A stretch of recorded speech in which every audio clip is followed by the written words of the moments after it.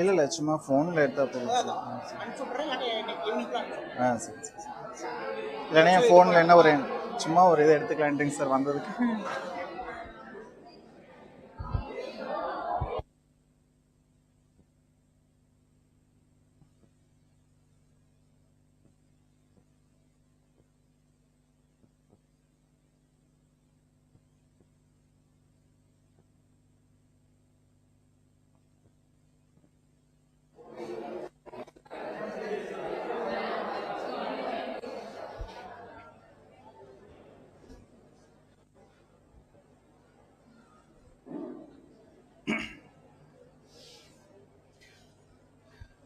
Good morning to all.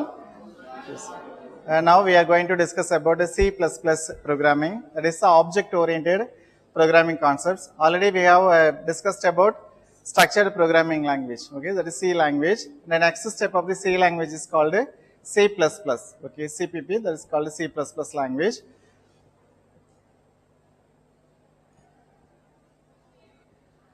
This is a very brief history of C++ language.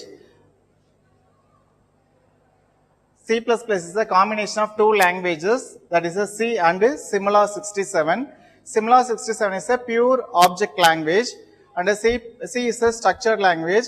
The combination of this language will produce another language that is called C++ language. So it is a combination of C plus Simula 67. Simula is the pure object language and the structured language is the C language. We combine this language and produce another next step of the language that is called C++ language. In 1962, Simula was invented by the Christian Nygaard and Ollie John as a simulation language.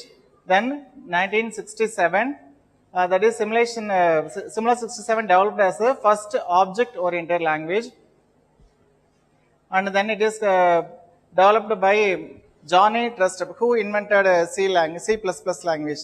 It is Johnny Trustrup. Yeah, it is called initially. It is called C with classes.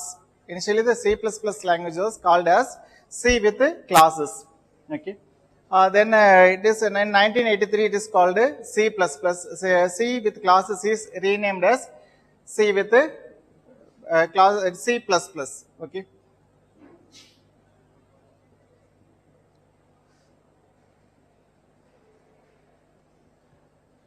Okay, next one is the introduction to object-oriented programming.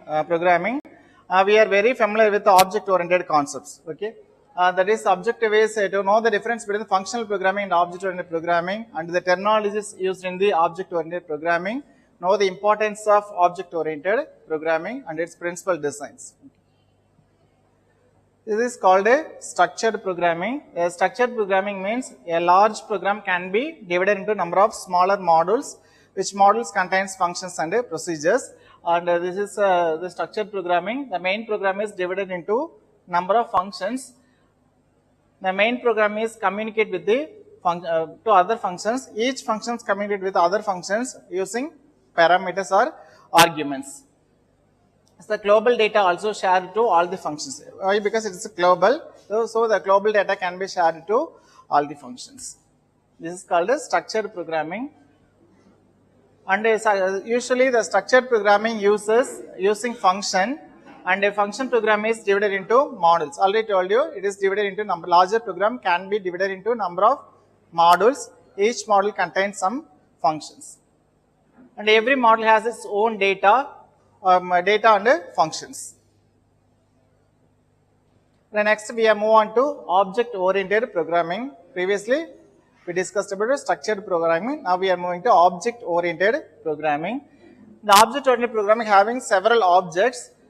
So object is a self-contained unit which is having a data and its functions. Every object having its data and its functions. For example, the familiar example is student is data.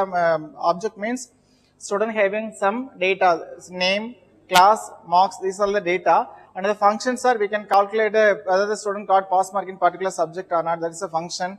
What is the grade of the students, what is the total mark of the students, the rank of the students, that is called functions. These are all the functions. So data and functions into combined together in object. So object is called a self-contained unit. And like that, objects also communicate with each other, like the human beings communicated. We are communicated by using some language, Tamil or English or Hindi, like the Sanskrit. We are using some language to communicate with each other. Like that, the objects can communicate with each other using parameters. So we are showing the arrow like this, object 1 to object 2 and object 3 like that. And object-oriented programming, objects have both data and methods. Methods is nothing but a functionality. Here we call as methods, the functions are called as methods. Object of the same class have the same data elements and methods. So suppose the students belongs to first BSc IT or first BSc CT, means all students more or less having the same qualification, that is everyone completed the plus two and same category of age and like that. So that is called all the objects, the class objects have the same kind of data. Okay. Suppose CS students means that is not belongs to CT. Objects send and receive messages to invoke actions through calling. And here it is, the real world can be accurately described in object-oriented programming. Why we go for object-oriented programming means the real world can be accurately described in object-oriented programming. So we go for object-oriented languages. These are all the basic terminologies using objects-oriented programming. First one is object. Object means it may be anything. Everything is called a object. The LCD is also an object, and the computer is also an object. Table is also an object, and the light, chair, everything is called a object, and everything having some properties. Okay. Suppose the chair means it's have how many legs in the chair? 4 legs or a 1 leg chair. What are the type of the material used in the chair? It is a wood chair or plastic chair, like that. These are all the properties of the chair and its color of the chair, height of the chair, it's a bench and a manufacturing style, that is called the properties. So everything around us is called a object.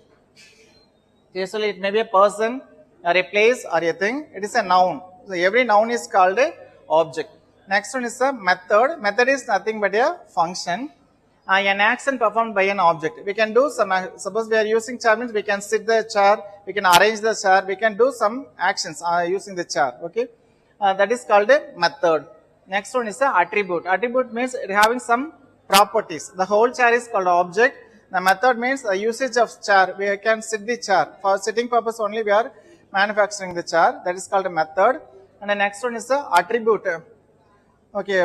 What are all the attributes belongs to chair? Do you have any idea about that? It's a chair color. How many legs in chair? These are the attributes. That's the properties of your chair is called attribute. And the next one is a class, means class describe the data and its behavior or functionality. Usually the class describe the data and its behavior or functionalities. Okay. Here the category and similar objects form a class. Okay. A set of computers is called a class. One class called a set of birds, like that one class. Set of animals is called one class. And everything, every category is called one class, and each and every object having the same properties. All the birds having the same properties. Every bird can fly, like that. So a category of similar objects belongs to a particular class and it does not hold any values of object attributes. And this is an example for attributes and methods. The attributes are, for example, we have used the automobiles. The manufacturer name, model name, year made, color, and the number of doors, size of engine is called the attributes of the automobile. And these are all using these attributes, we can do some actions. That is, we can form some functions. That is, define data items that specify the manufacturer names, model, and year. These are all processed, and we will create one function and change the data items, that is the color and engine, display, and calculate the amount, the price of the particular vehicle. That is called methods. Calculating price means we do some operations. Okay, that is called based on the model, the value may be vary or change. This is called a method. This is called attribute. Attribute is nothing but properties, and the methods is nothing but functions. Using the properties, we can do some functions. And why we go for object-oriented programming means save development time. Compare than C, it will create why, because we can model the real world object using object-oriented programming. So it automatically save the development time caused by reusing the code. That is code reusability. Code reusability means once the code is created, we can again and again using the code. Okay, that is called code reusability. No need to write the code again and again. Already once the code is created, we can call that objects for using that code and its properties. Once an object of a class is created, it can be used in applications. It is used for several applications, and the method is easier debugging. And the first advantage is save development time, that is a designing time, and easier debugging. What is debugging? Debugging, what is debugging? Error? What is debugging? Any idea about that? Already you have studied in plus 2 level, that is the process of removing an error, that is called debugging. Okay. So easy debugging also possible and save development time. And the next principle is encapsulation, abstraction, polymorphism, and inheritance. These are all some basic concepts of object-oriented programming. That encapsulation is nothing but the combining data and functions into a single unit. The wrapping up of data and functions into a single unit. And usually abstractions gives the essential things, that is the important things of the objects. And polymorphism is a combination of two words. It's a Greek word, that is poly and many. Poly means many and morphism means forms. It's a polymorphism means that is nothing but many forms. And inheritance means creating a new program using existing program. It's a base class and a derivative class, that is called inheritance. Okay, the encapsulations. What is the use of encapsulation means? Information hiding. For information hiding purpose, we are using the encapsulation techniques. That is only objects methods can modify informations in the objects. The method can, if it is private means the methods belongs to the members can only change the value. So the objects methods can modify information in the objects.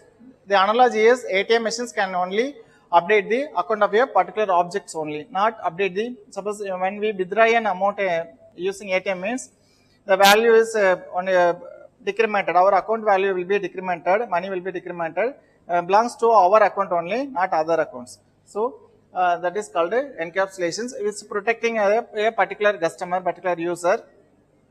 That is called encapsulations. And the abstractions is it is focuses on the important facts about the problems. It is the important, what are the important concepts.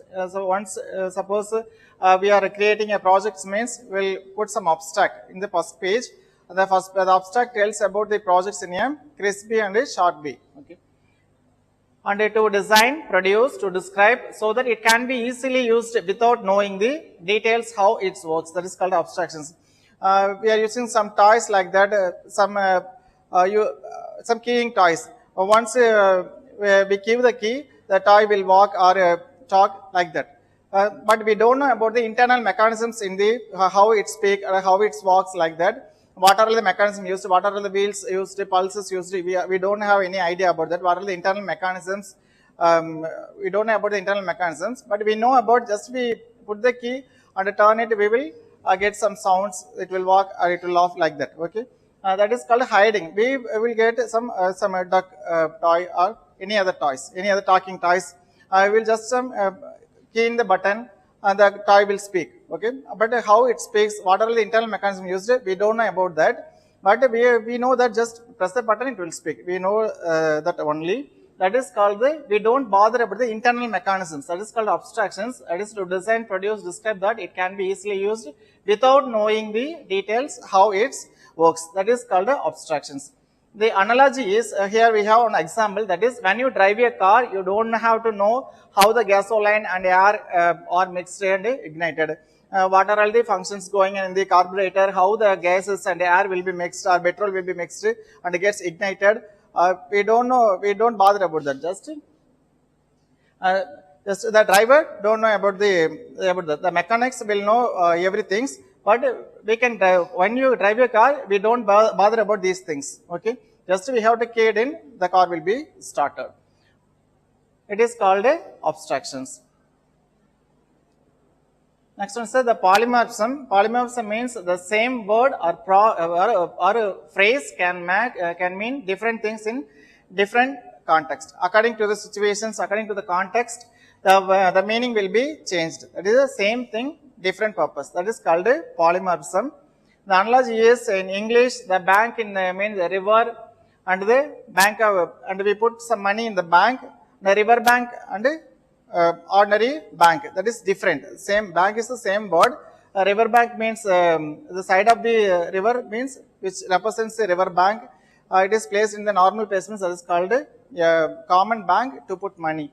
So the same word can give different meanings according to the context. So this is called polymorphism. As a function overloading, this is one kind of polymorphism. That is, the operation of function depends on the argument passed to it. What kind of arguments we are passed, the current functions will be invoked. That is called, for example, we have three functions of the same name. That is fly, fly, and fly. The function name is same, but each and every functions will do different different actions. They are based on the inputs, based on the arguments or parameters given to the functions or passed to the functions. So for normal functions, if fly low means the second functions instruct a fly at low state level, and next one is fly at some altitude, 150 altitude, like that, some space, some height. Next one is inheritance. That is a way of organizing classes. Several classes also available. We can group the classes based on its usage, based on its color, like that, some properties. We can organize it into one. That is the way of organizing classes called inheritance. That is, the term comes from inheritance of traits like eye color, hair color, and so on. Every human being look like the same, but they have some different different traits like eye color, brown or blue, like or black, like the eye colors, and hair color, and so on. Based on that, we can group the peoples. And classes with properties in a common can be grouped so that their common properties are only defined once. So once the common properties are defined only once, now all the birds, all the human beings, like that.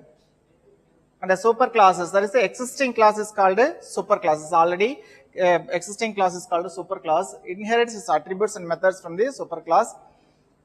And a subclass is called a derived class. The subclass inherits the features from superclass and also having some own features.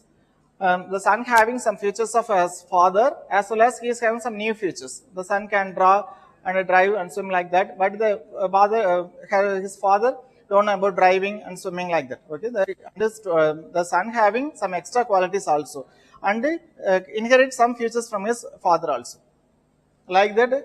Superclass and subclass. Subclass having can inherit some features from base class and also having some own features. And this is a inheritance hierarchy. That is a superclass. Here we vehicle is one of the class. Under this, we have derived three classes. That is automobile, motorcycle, and bus.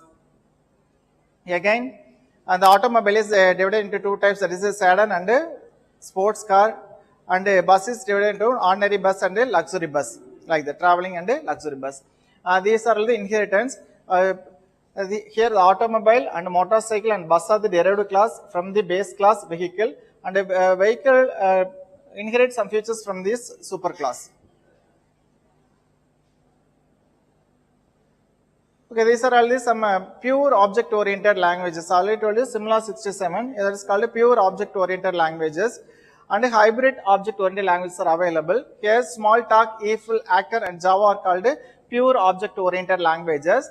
And a hybrid means it is a mixed one. Okay, that is C++, Objective-C, Object Pascal. That is called a hybrid object-oriented languages.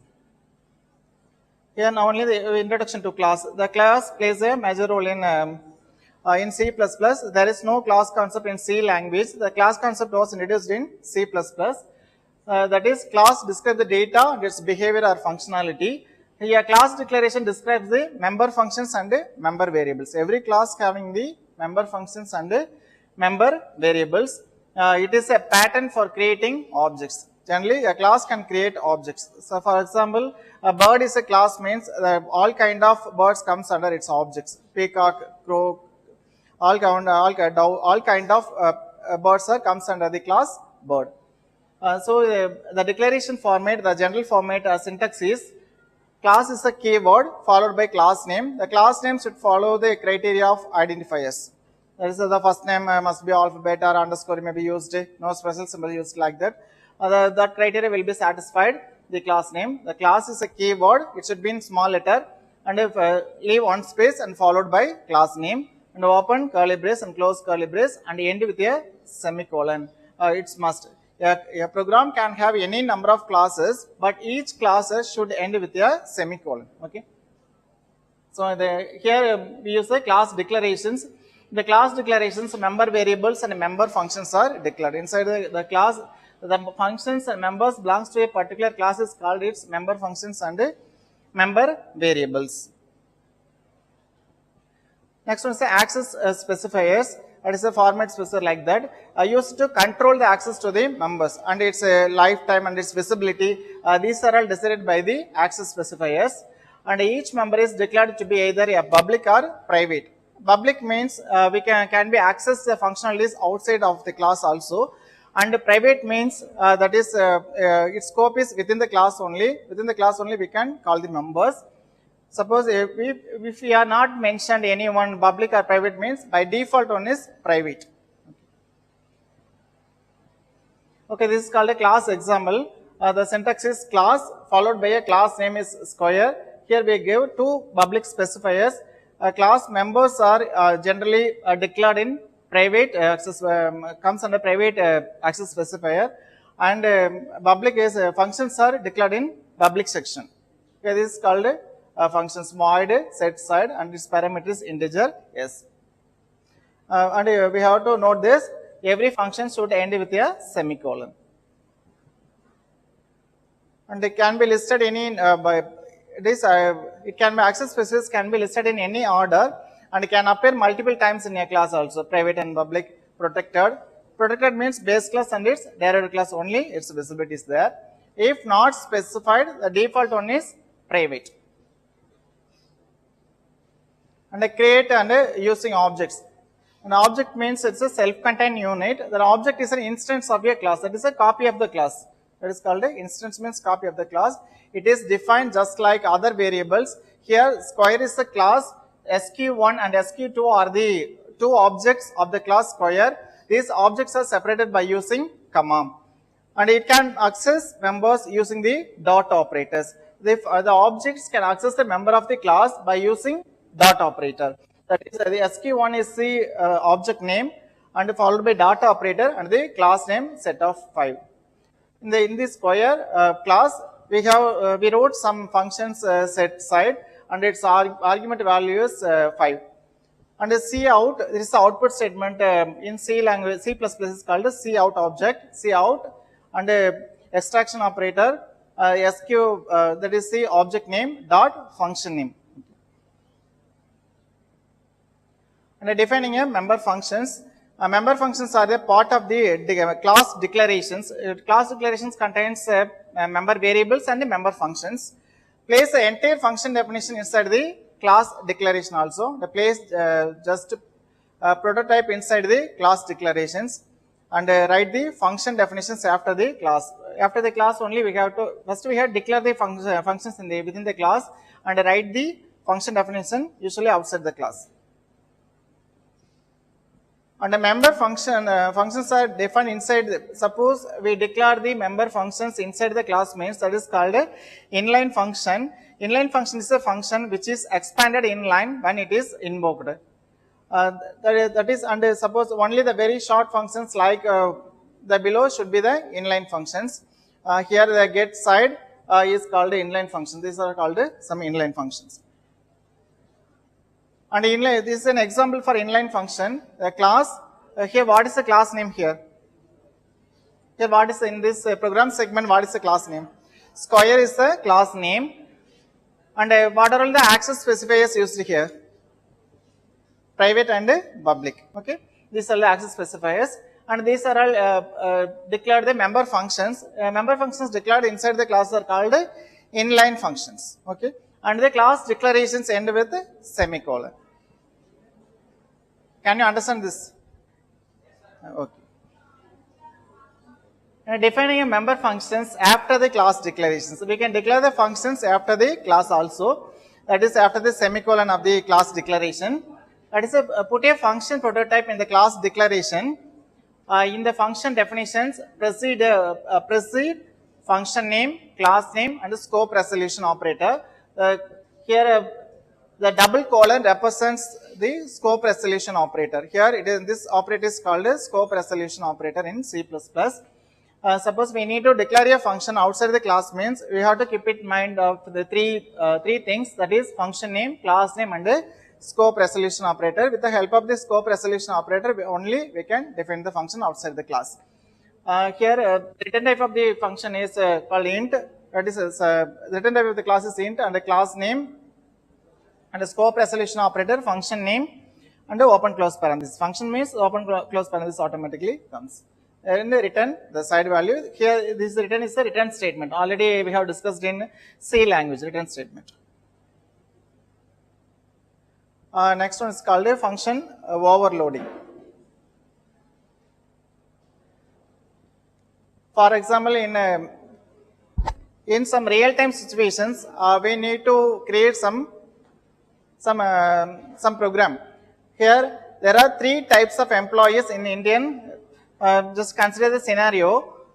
There are three types of employees in the Indian Railways. They are regular, daily wages, and consolidated employees.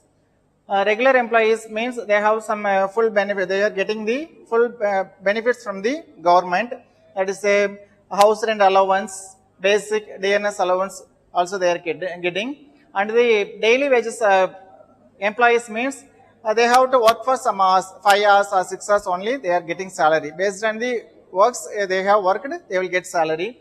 And the next one is consolidated pay means they are getting only 5,000 or 10,000. There is a consolidated, for a whole month they are getting only a consolidated amount, 10,000 or 5,000 like that. Okay, that is called consolidated pay. And daily wages means number of hours, and regular employees. Is the scenario. Suppose we implement these concepts for calculating the payroll for these employees, means we have to consider this. For regular employees means they have a basic pay, and HRA house rent allowance plus percentage of dearness allowance and basic pay. This is a calculations. And a daily wages means number of hours worked, wages per hour. For example, for hour 50 rupees means they have worked 10 hours, means they will get 500. Number of hours into our amount per hour. Okay. Then consolidated pay means 5,000 or 10,000. That is called a consolidated pay. This is an example scenario for function overloading. Okay. That is these are all the inputs and output logic involved. Sir, finding the gross pay. That is input is the components calculating the gross pay, and the output is gross pay, and based on the type of the employees. There are three types of employees: regular employees, the daily wages employees, and consolidated pay employees. That is based on the type of employees, we have to calculate the gross pay using this formula. Okay.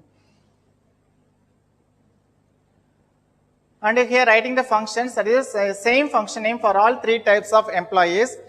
That is called a function overloading. Here we use the same function but can do different tasks. That is called a function overloading. Here more meaningful and elegant way of doing these things. I prefer name calculate gross pay for all the employees.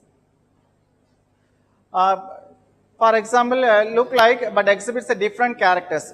These are the two persons, but looks like the same, like identical twins, but they have some different characters. Okay, that is called a function overloading. But actually, the two functions are there.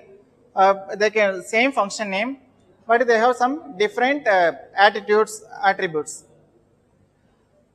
Okay, next one is a polymorphism. Polymorphism means refer to one thing to one to many. Refers to one name having many forms. It is one interference doing multiple actions. In C++, polymorphism can be either a static polymorphism or dynamic polymorphism. What is static means fixed one, dynamic means runtime polymorphism. During runtime, the memory will be allocated. And the C++ implement the static polymorphisms using through design time and overloaded functions and overloaded operators. And derived from the Greek word many forms. Already told you polymorphism means poly means many, forms morphism means forms. It is a Greek term. A single name can be used for different purpose. Same name can be used for different purpose. A different way of achieving the polymorphism is, these are all the concept of achieving polymorphism, that is function overloading, operator overloading and dynamic binding. It's a basic concept, so you have studied about dynamic binding, that is a runtime binding. So function overloading and operator overloading are the examples of polymorphism.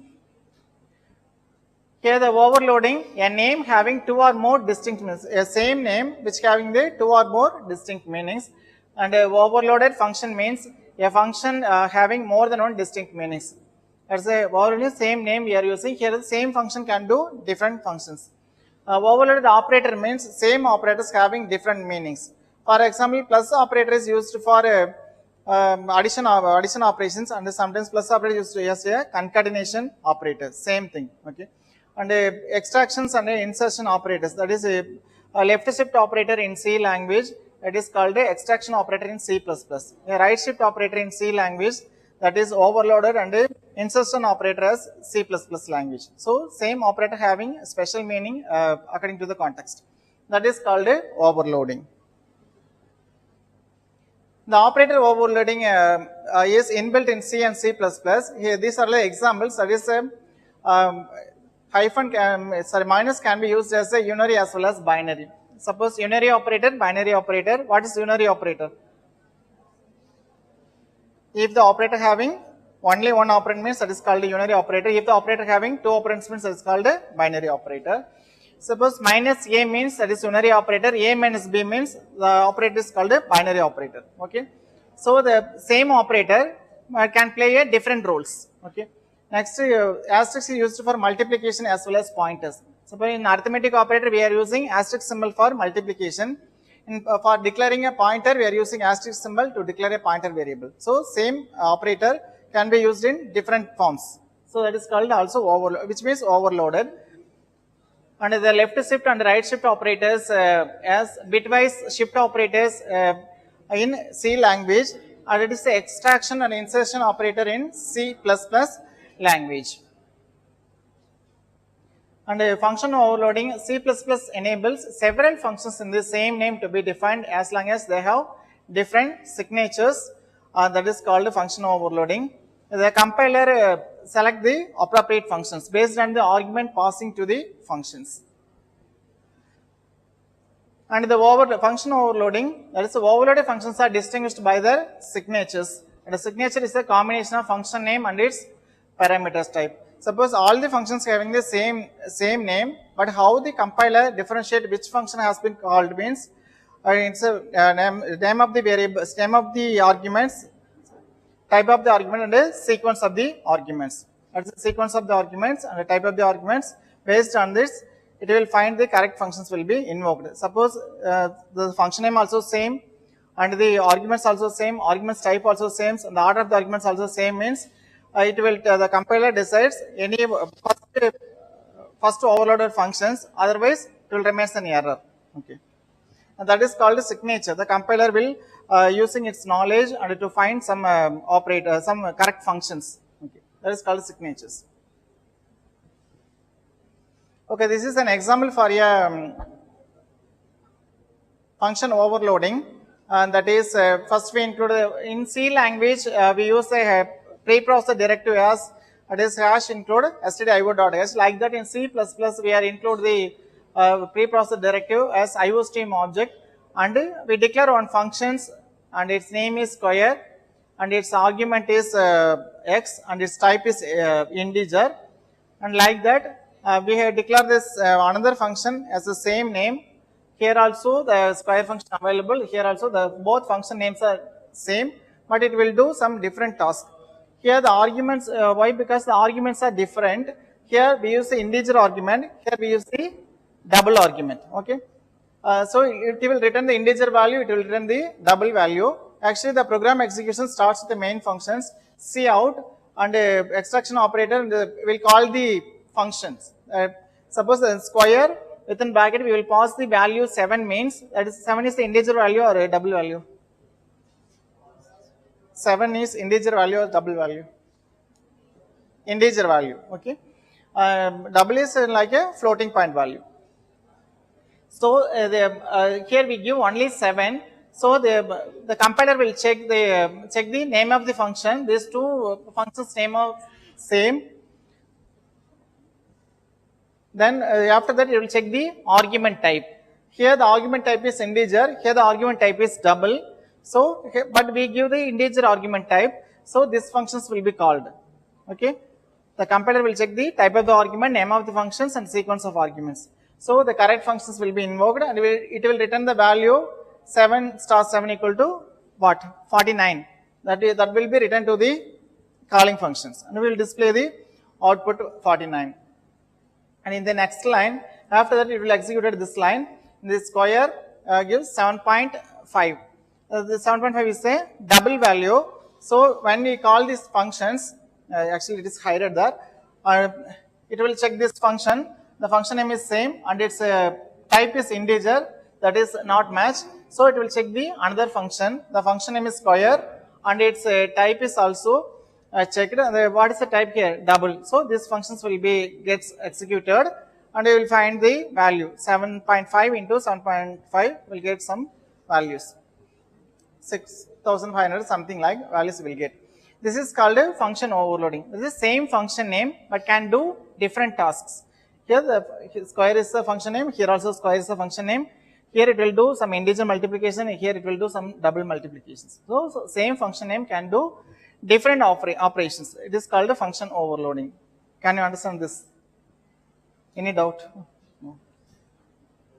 Next one is a constructor and a destructor in C++. The constructor is a special functions used to initialize the object of the value. We cannot directly initialize the class members in C++. For that we are using constructors. Constructors can be used to initialize the class members. Okay. So constructor is a special member functions. Why it is called special means it is used to, its task is to initialize the object of its class. So constructors are used to initialize the object of its class. That is, object means object members and its functions. It is a special because its name is the same name as the class name. The rules for the constructor is the constructor name and the class name should be same. Suppose the constructor name is student means the class name should be what? Suppose the constructor name is student and the class name is student. Suppose the constructor name, class name is employee. What is the constructor name? Employee. The class name and the constructor name should be same. Okay. And the constructor is invoked whenever an object of its class is created. Whenever the object of its class is created, the constructor automatically called. And this is called the rules for constructors. They should be declared in public. We have three access specifiers like that: private, public, and protected. Here the constructors are declared in public section, not in private section, and they are invoked automatically when the objects are created, and they do not have return types. We won't give the return statement in constructors. Okay, so they do not have return type, and therefore they cannot return values. There is no return statement, so it won't able to return values, and it cannot be inherited. We won't inherit the constructor. Class can be inherited, but constructor cannot be inherited. And they can have default arguments, and they cannot be static. It's a dynamic. And we can give the multiple constructors in a class also. Multiple constructors are also possible. Here the constructor name is integer, which has no argument, and the constructor name is integer, which has 2 arguments. Okay. So what may be the class name here? The constructor name is integer. So class name,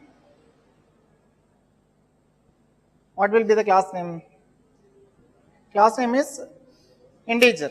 Why? Because the constructor name and class name should be same. It is a no argument constructor. This is a 2 argument constructor.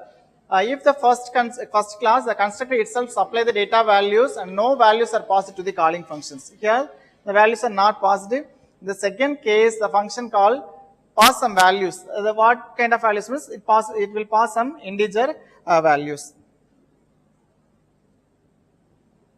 And C++ permits more than one constructor in the same class.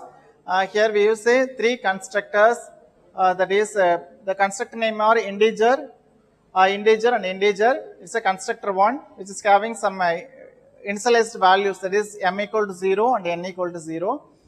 And the next one is a constructor 2, that is of the integer type. And the values are again initialized m equal to a and n equal to b, this constructor 2. And we may get an object as argument. Such type we use some ampersand symbol, that is a constructor name and its type. This is a class name and its type. That's a class, integer means class type. And the ampersand of I, that is a constructor 3. So using its object we will access its member. So we are using the dot operator, I dot m, I dot n. So how can we calling the constructor means the first constructor is calling like that. Integer is the class name, S1 is the object here. Whenever an object is created, its constructor is automatically called. It will invoke the correct functions. Why? Because if we have 3 functions, it will invoke the correct functions based on this to check the number of arguments, the sequence of arguments, the type of the arguments. Okay, there is no argument here. So the first constructor will be called. So it will be initialize the members m equal to 0 and n equal to 0. Okay, next one is what is the object here? The second one, what is the object here? Here integer is the class name. The object name is what? S2. Okay, and it will pass 2 arguments, that is 10 and 20. That is assigned to 10 is assigned to A and 20 is assigned to B here. So here it will the second constructor will be called here, and the A value, what is A value is 10 here, that is assigned to M, and the B value is 20 here, that is assigned to N value. And the next is we will send one object as argument, that is integer S3. S3 is S3 is one of the object, and S2 is also object. Here already we have created the S2 object. Here we pass the S2 whole object to the argument to the constructor. So integer S3 is the object and argument is whole object S2. This S2 will be passed as argument to the constructor. So whenever this constructor is called, this line will be gets executed. This S2 value will be assigned to I, and its S2 objects will be invoked by using the called by using accessed by using the dot operator, that is I dot m and I dot n. Okay, can you understand this?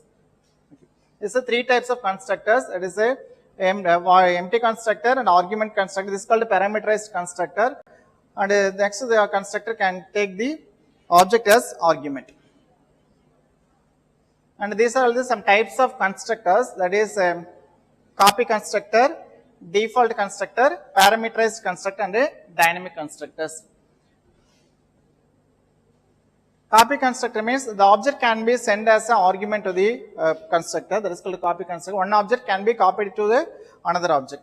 And a default constructor means we can initialize the constructor with the argument default values. And a parameterized constructor means a constructor can take arguments, that is called a parameterized constructor. And dynamic constructor means the memory of the constructor will be initialized during runtime, that is called a dynamic constructor. It's an example of copy and a dynamic constructor. This is an example syntax for copy constructor. Usually the copy constructor is used to declare an initialization object with the values of what? Another object.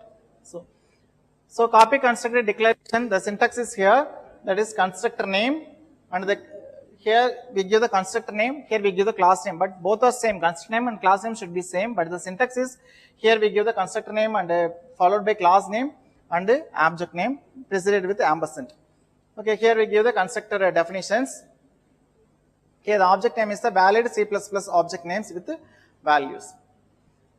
And this is called the copy constructor calling. How can we call the copy constructor? That is, invoke the copy constructor. There is a class name, the new object name, the old object name. That is already we have seen in the previous slides. That is this is the copy constructor. This is the old object, already created object S2 that is passed here. So this is called the copy constructor. Let's moving to the current slide. That is the class name, new object and the old object name. That is called S2, already told you. Or another method is class name, leave one space and new object name equal to old object name and end with a semicolon. Here the new object name is to be initialized, old object name already having some values. New object means we need to initialize that. Old object means which is also already having some values. This is an example of your copy constructor program to initialize an object S2 from object S1. Okay, the newly created object is S1 and the existing object is S1. That is using S1, the values of S1 is initialized to object S2. Here we declare one class followed by class name. Is what is the class name here? What is the class name here? Student. Okay. Then the constructor name also student. Okay. It should be declared in public section. Okay, this is a class member, integer, number and mark. In the public section, we have to declare the constructor for that class. That is the student. Here we declare the constructor student, and its arguments are int m1 and n1 and m1 of the type integer. The n1 is assigned to number and m1 is assigned to mark here. This is the copy constructor definitions. The student. The value will be, the S2 value will be assigned to S1 dot number equal to number and S1 dot mark equal to mark. The S1 object value is initialized here, over here. And we will print the values means the S1 object value will be printed for S2 object.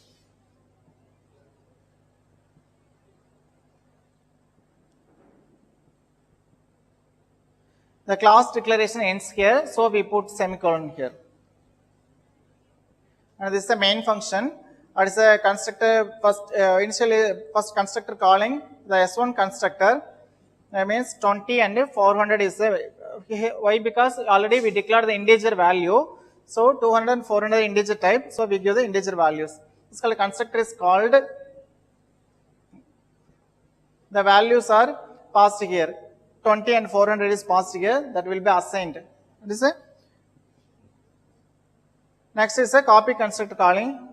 Just before we see the constructor calling definitions, that is student and new object name equal to old object name or new object name of old object name. Okay, that is a copy constructor calling.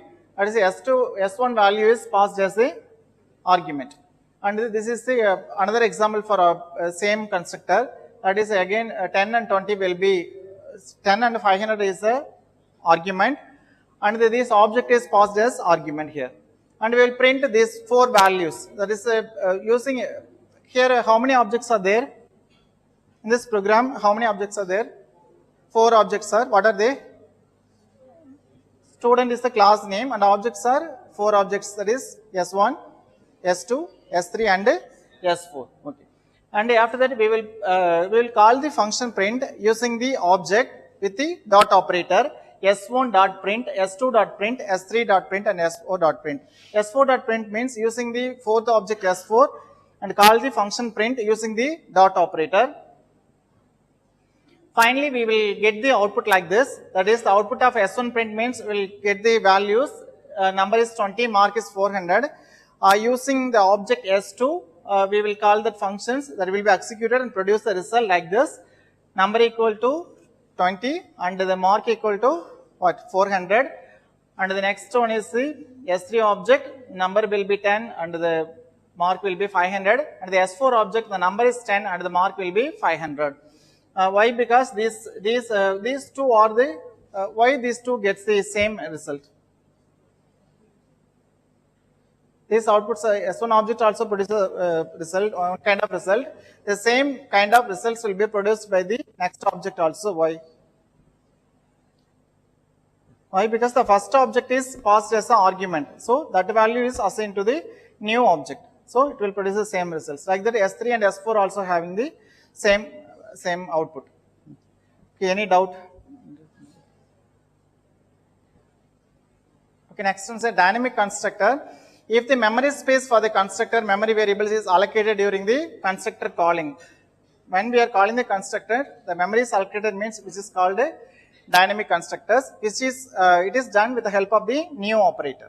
Okay, new is NEW, new operator is used to allocate the memory. This is an example of a dynamic constructor program. First we declare one class, the name student. In the public sections we declare one constructor, that's a constructor definition. As this, the class name is student, so constructor name also student, and we will give some arguments and assign value. Here we create a memory for here. So we are using the new operator. The new operator will dynamically create the memory, dynamically insert and initialize and create the memory.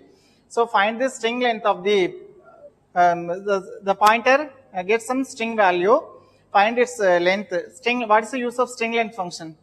They will display the length of the given string. Suppose the mark is a string means the length of the string is 4. It is a mark. That is the length of the string is 4. Like that, we will send some value to here and find this length and plus 1. Why? Because the value starts with 0. The array index starts with 0. So we give plus 1 here. Okay, and that is assigned to NA. And this is the output. There is a number and a name. Here, why we are giving semicolon here? The reason is the class definition ends here, so we put semicolon in here. Okay, then only the compiler understand that the class was completed and terminated here. And the next one is the main function. Here we create how many objects are there in this program? How many objects we are using here? Here, what are the objects here? Student is a class. S1, S2 are the objects, and it is having some arguments. What are the arguments? It's parameters. Rows, Jasmine. 2 rows, 5 Jasmine. Okay, so it allocates. So 4 letters here, so it will allocate 4 spaces to the name variable during runtime. Jasmine having a 7 characters, so it will allocate when it's calling, dynamically allocate 7 characters in the memory. So it is called a dynamic constructors, and we will after running this here we create the 7 spaces and 4 spaces here, and that is allocated. After running this, that value is assigned to name. And using the object 1, we will call the print function. This function will be called, and the number equal to number value will be printed. Here number value is 2, and the name is printed. The name is Rose, and again the control return here and execute the next statement. And using the object S2, the print function will be called. Second print function will be called. Here the control goes there and print the number value and the name value. Okay. The output will be look like this. The output is number equal to 2, name equal to Rose, and using the S2 object, the output will be number equal to 5 and name equal to Jasmine. Okay. That is called a dynamic constructors, and constructor with the default arguments. Some constructor having some default arguments. It is possible to define constructors with the default arguments. Okay. And while defining the constructor, we can give some values. So the constructor student can be declared as follows. The constructor name and its arguments are initialized here. That is int m1, int m2 equal to 100. In the constructor here itself, we have to initialize the argument. That is 100 is assigned to m2. It is called a default constructors. Okay. So no need to pass the value for m2. Why? Because already it is initialized. This is called default arguments. Next one is a constructor. Constructor is used to create and initialize an object and also create a memory in runtime, but we need to free up the space created by the constructor. For that, we are using the destructor concept. Destructor used to deallocate the memory space created by the constructor. Okay. So destructor is a member functions, and its use is it's a member function used to deallocate the memory allocated by the constructor. So this is an example for a this is a syntax for the destructor. Tilde symbol and a destructor name and open close parenthesis, where this called tilde symbol is called a destructor operator and followed by the destructor name, and the destructor name also same with the class name. Class name and constructor name same, and the destructor name and class name should be same. Okay. And we have some rules for destructors. It won't take any arguments. The destructor, we have to demolish, we are going to demolish the constructor values. So we know we need not specify any values, just delete it. Okay, so it won't take any arguments and it won't return a value. There is no return statement used in destructors, but constructor we are using some return statement. And generally here the new operators used inside the constructor to allocate the memory. Like that, the delete operator is used to deallocate the memory space created by the constructor. So new operator is used to allocate the memory space or create the memory space for constructor, and the delete operator is used to free up the space and deallocate the memory space created by the constructor. So new operator is used for constructor and the delete operator is used for destructor. Generally the operator is a symbol, but here we use some words. That is a delete is operator, new is the operator. This is an example program for a destructor class, and we declare some values. This is the destructor. How it is called as destructor means, here we use some tilde symbol. Without tilde symbol means it's like a constructor. So the preceded by tilde symbol means it is called a destructor. Okay, and why? Because the constructor name and destructor name should be same. The class name is student, the constructor name is student, and the destructor name is also student. But the destructor name preceded with the tilde symbol, destructor symbol. Okay.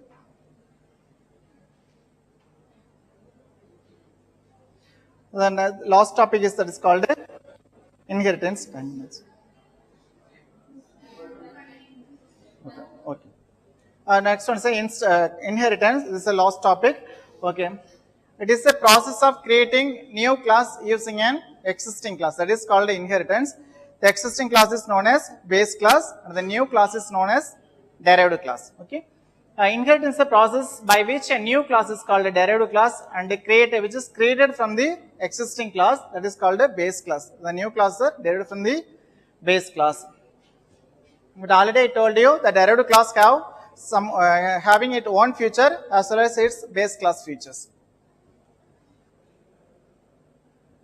It's a definition, it's a general format or syntax of the inheritance. It's a class is a keyword, and we are going to derive a new class. It's a derived class name and the access specifier, that is private, public or protected, and a base class name. Here we give the derived class name and the base class name. For example, if the class base class is my class and the derived class is specified as the class that is the derived class name sample, public, and the new base class name is my class. And here we use some access specifiers, that is public, private, and protected. If a member or variable is defined in a class is private, then they can accessible by the members of the same class and they cannot be accessed from outside the class. This is declared in the private means the class itself can access the members and we cannot access the variables outside the class. So it's private means it's like personal. And the next one is public means, that is we can access the variables outside the class also, that is the variables are accessible from outside the class. And the protected means and a base class and its corresponding derived class only having rights to access the values. That is called a protected. Okay, can you understand this? This is an example program for inheritance. The class name is Class is a keyword followed by class name. That is, class name is what? My class. And in the public class, where we give one constructor, that is my class, and initialize its value as x equal to 0, and I declare another one variable, and the private class numbers are declared here. This is a base class, end with here, so we put a semicolon here. Okay. And the derived class name is sample, base class is my class, and the derived class name is sample. So public class, derived class name, colon, access specified public, and its base class, which means that we are going to create a new class that is called sample, which is inherited base class my class in a public way. Okay, this is called example. Okay, this is a class name and its object name, and we call a function s dot f of 10 means that value will be passed to there, and we will get some output, that is 50 and 20. And these are all the types of inheritance. So we will see it theoretically only, no program coding here. A single inheritance. That is, a single inheritance means a class can have only one base class. If the class having only one base class means that is called a single inheritance. That is, this is the base class employee, manager class is the derived class. This derived class having only one base class, that is called a employee. Next is a multi-level inheritance. A class derived from another class means that is called a multi-level inheritance. Here the class C is derived from class B, and class B is derived from class A. Here the class B is also a derived class. So a class derived from another derived class means that is called a multi-level inheritance. Next is a multiple inheritance. A class derived from more than one base class, that is called a multiple inheritance. Here in multiple inheritance, a derived class inherits from multiple base classes.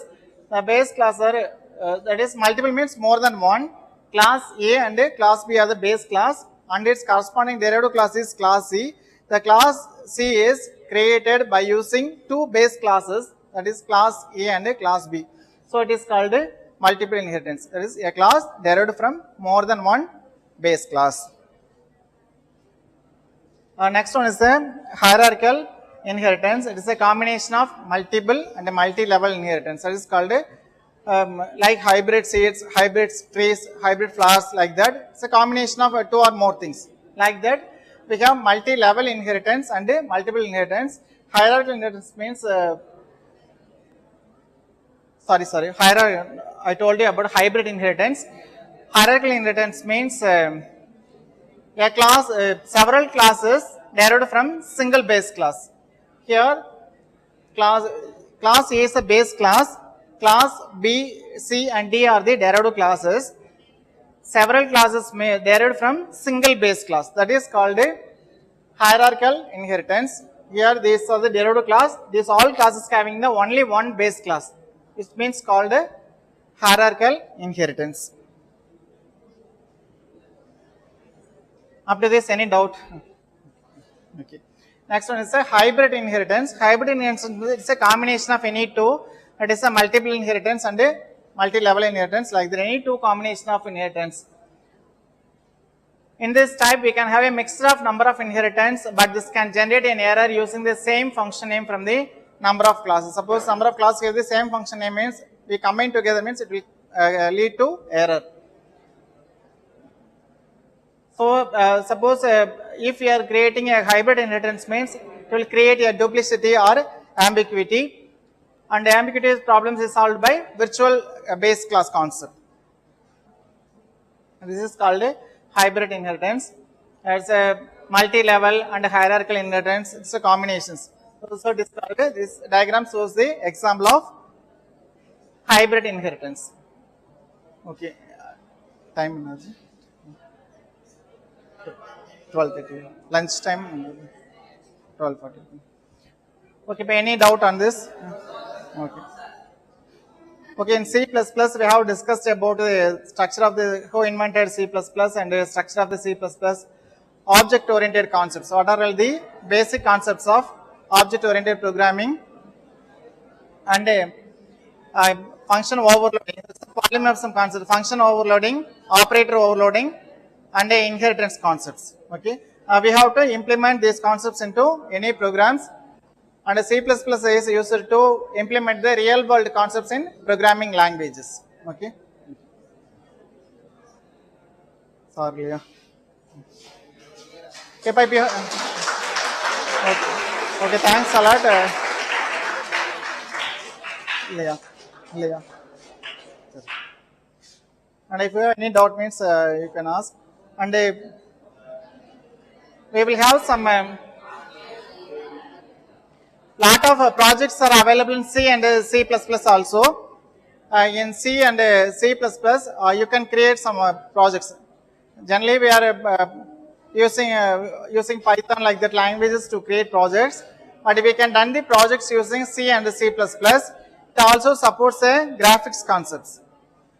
Some examples, we can create a mini voting machine using C language, and vehicle registration system, we can do it in C++.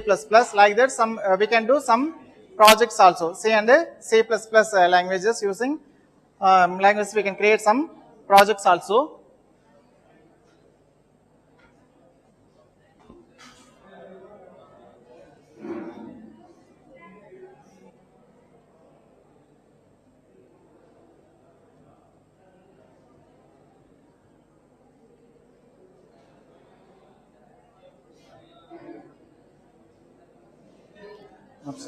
Actually, I heard some video.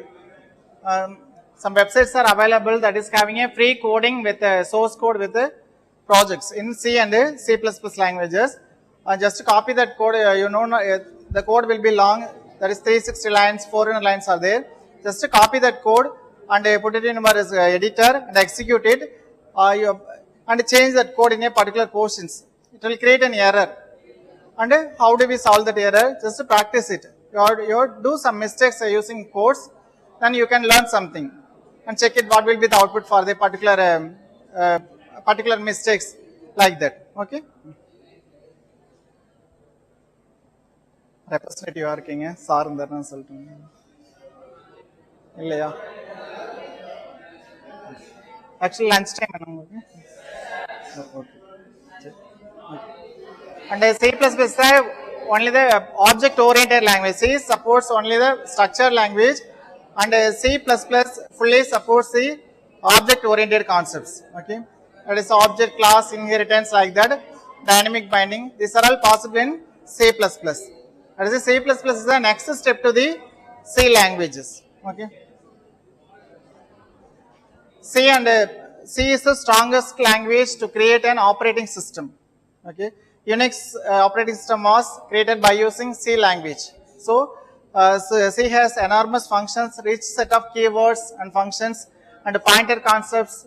We can easily crack the passwords using C language, like that. So C is one of the powerful language, and which is used to create a operating system also.